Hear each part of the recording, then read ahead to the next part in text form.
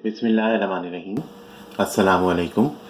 आज हम बिहारियों की एक बहुत ख़ास मीठी डिश होती है जिसे कहते हैं माकूती, वो बनाने जा रहे हैं। माकूती एक तरह की खीर ही है लेकिन इसमें फ़र्क ये है कि जैसे आप खीर या फिरनी बनाते हैं तो वो सिर्फ चावलों से बनती है, इसमें मूंग की दाल का भी इस्तेमाल होता है।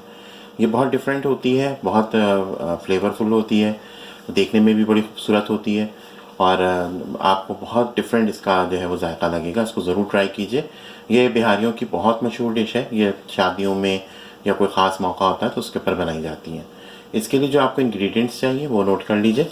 ये हमने दूध लिया है 1.25 लीटर का, जैसे मैंने आपको बताया ये 1 पैकेट होता है, ये 2 पैकेट हम इस्तेमाल करेंगे तो ये तकरीबन 2.5 लीटर दूध हो जाएगा। अच्छा, दाल का हिसाब इसमें ये होता है कि 1 कप हमने मूंग की दाल ली है तो हाफ कप हम चावल लेंगे, तो इसका बिल्कुल हाफ हमें लेना होता है। तो 1 कप मैंने मूंग की दाल ली है और हाफ कप चावल लिए हैं। चावल आपकी मर्ज़ी है, आपके पास बासमती राइस है, कोई सा भी राइस है आप वो यूज़ कर लीजिए। मैंने अपना बासमती राइस ही इस्तेमाल किया है।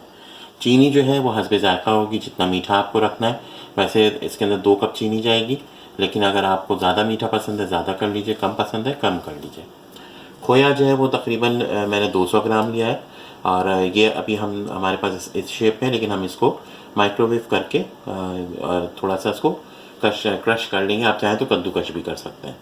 बादाम आप हस्बे ज़रूरत ले लीजिए जितने आपको डालने हैं, और अखरोट ये भी आप हस्बे ज़रूरत ले लीजिए। और इसके अंदर जाएगा ये इलायची पाउडर। आप इलायची पाउडर भी इस्तेमाल कर सकते हैं। अगर आपको इलायची पाउडर का फ्लेवर बहुत ज़्यादा स्ट्रॉन्ग लगता है तो आप केवड़ा वाटर भी डाल सकते हैं। इसमें ज़ाफ़रान भी डलती है। कलर के लिए आप ज़रा सा येलो लेमन कलर भी डाल सकते हैं, वो आपकी मर्ज़ी है। हमें ये नेचुरल इसमें अच्छा लगता है तो हम लोग नॉर्मली नहीं डालते हैं, लेकिन मैं जो हूँ वो इसके अंदर केवड़ा वाटर आज नहीं डाल रहा हूँ, तो इसलिए मैं इसके अंदर इलायची पाउडर डाल रहा हूँ। और मेवे में इसमें आप किशमिश भी डाल सकते हैं, खोपरा भी डाल सकते हैं, वो सब आपकी मर्ज़ी है। आपको जितना ज़्यादा चीज़ें पसंद है आप उतना डाल लीजिए। तो ये इसके टोटल इंग्रेडिएंट्स हैं। हमने दालों का ये किया है कि दाल को 1 कप दाल लेके उसको पानी में भिगो दिया था कि पानी पूरा सोख कर चुकी है, लेकिन बहुत थोड़ा सा पानी रह गया। तो हम और इसको 2 तरीक़ों से बनाते हैं। एक तो ये होता है कि आप ये दोनों मिक्स करके इसको खिचड़ी की तरह पहले बॉयल कर लेते हैं और फिर दूध में मिक्स करते हैं। और दूसरा तरीका ये होता है कि दूध को थोड़ा सा पका के गाढ़ा करें और इन दोनों को ग्राइंडर में ग्राइंड करके, बहुत ज़्यादा बारीक नहीं, थोड़ा सा मोटा मोटा रखते हैं और फिर आप उसको उसमें मिला दें, खीर में मिला दें। तो ये टोटल इसका जो स्टेप्स है, आपको जिस तरह से इजी लगे उस तरह बनाइए। मैं जिस तरह बनाऊंगा मैं आपको वो दिखा देता हूँ। तो चलें फिर हम अपना कुकिंग का प्रोसेस शुरू करते हैं। सबसे पहले मैंने ये एक पैन चढ़ा दिया नॉन स्टिक का, और इसमें मैं ये दोनों पैकेट जो दूध है वो डाल के और उसको कम से कम आधा से 1 घंटा पकाऊंगा। अच्छा, बहुत सारे लोगों ने मुझसे ये पूछा कि वो जब दूध पकाते हैं तो दूध खीर का दूध जो है वो जल जाता है, तो उसकी टिप क्या होती है। मैंने आपको लास्ट टाइम एक टिप दी थी, लेकिन उसके अलावा मैं आपको ये बता दूं कि जो सबसे बेस्ट टिप जो होती है दूध ना जलने की, वो ये होती है कि जब आप दूध चढ़ाएं तो उसको शुरू में आप, जब तक उसमें बॉयल नहीं आ जाता 1 से 2, जब तक उसको आप नॉन स्टॉप चलाएं।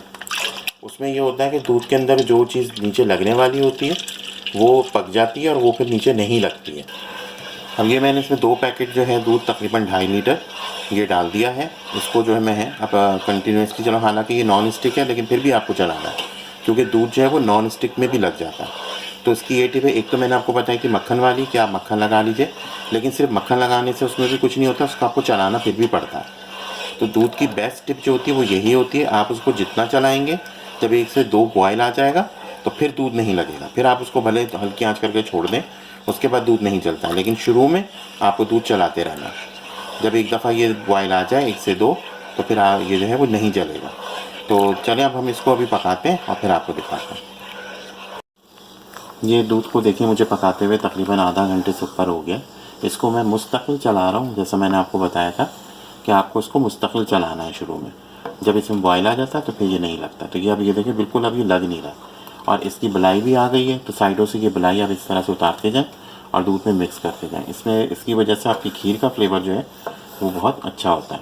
तो अब इस स्टेज के ऊपर हम इसके अंदर जो हमने दाल और चावल रखा था उसको पीस के थोड़ा सा दरदरा अब हम इसके अंदर मिक्स करेंगे और फिर आपको दिखाएंगे। अब मैं इसके अंदर ये देखें दाल और चावल हमने हल्का सा जो है वो दरदरा कर लिया।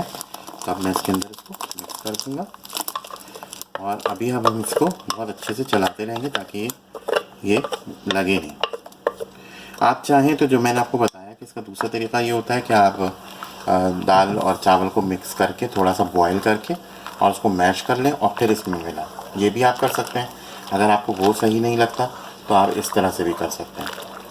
तो ये देखेंगे अब ये पकेगा थोड़ा, जब ये पकेगा तो फिर इसकी सही शक्ल आपको समझ में आएगी। तो अभी हम इसको और पकाते हैं और फिर आपको दिखाते हैं। अब ये खीर पकाते हुए हमें तकरीबन आधा घंटा और हो गया। अब ये देखेंगे इतनी गाढ़ी हुई है। तो इस स्टेज के ऊपर अब हम इसमें कुछ चीज़ें मिलाएंगे। तो सबसे पहले मैं इसके अंदर डालूँगा इलायची पाउडर। तो ये तकरीबन मैं ½ टीस्पून तकरीबन मैंने डाला है। अब ये मैं इसमें थोड़ा सा खोया भी अभी मिक्स करूँगा ताकि खोया भी थोड़ा सा इसमें पके। ये हमने इसमें डाला खोया। थोड़े से इसमें जाएंगे बादाम और ये जो हमने अखरोट रखे थे वो थोड़े से हम डालेंगे। और जैसा कि मैंने आपको बताया कि अगर आपको इसमें और चीज़ें ऐड करनी है तो आप इसमें कर सकते हैं। अब मैं इसके अंदर चीनी डालूँगा। तो चीनी का मैंने आपको जैसा कि बताया कि इसमें 2 कप का हिसाब है। तो वो लेकिन वो आपके ऊपर डिपेंड करता है। अगर आपको ज़्यादा मीठा पसंद है आप ज़्यादा मीठा डाल लीजिए, आपको हल्का मीठा पसंद है आप कम मीठा डाल दीजिए। तो अब ये चीज़ें डाल के हम इसको थोड़ी देर और पकाएंगे और फिर मैं आपको बताऊंगा कि इसको किस वक्त आपने डिश आउट करना है। क्योंकि खीर का सबसे बड़ा इशू यही होता है कि लोगों को ये नहीं समझ में आ रहा होता कि इसको डिश आउट कब करें। उसकी वजह से आपकी खीर जो है वो या तो बहुत पतली रह जाती है या बिल्कुल गाढ़ी हो जाती है जैसे गूंदा हुआ आटा। तो वो ऐसी भी नहीं होनी चाहिए। तो मैं फिर इसको थोड़ी देर अभी पकाता हूँ फिर आपको दिखाता हूँ। ये देख लीजिए अब ये खीर जो है ये बिल्कुल तैयार है। इसकी पहचान ये है कि ये देखिए कितनी गाढ़ी भी हो चुकी है और ये इस तरह से बबल्स देगी आपको, जो गाढ़े गाढ़े बबल्स होते हैं और ये बीच में आना शुरू हो जाते हैं।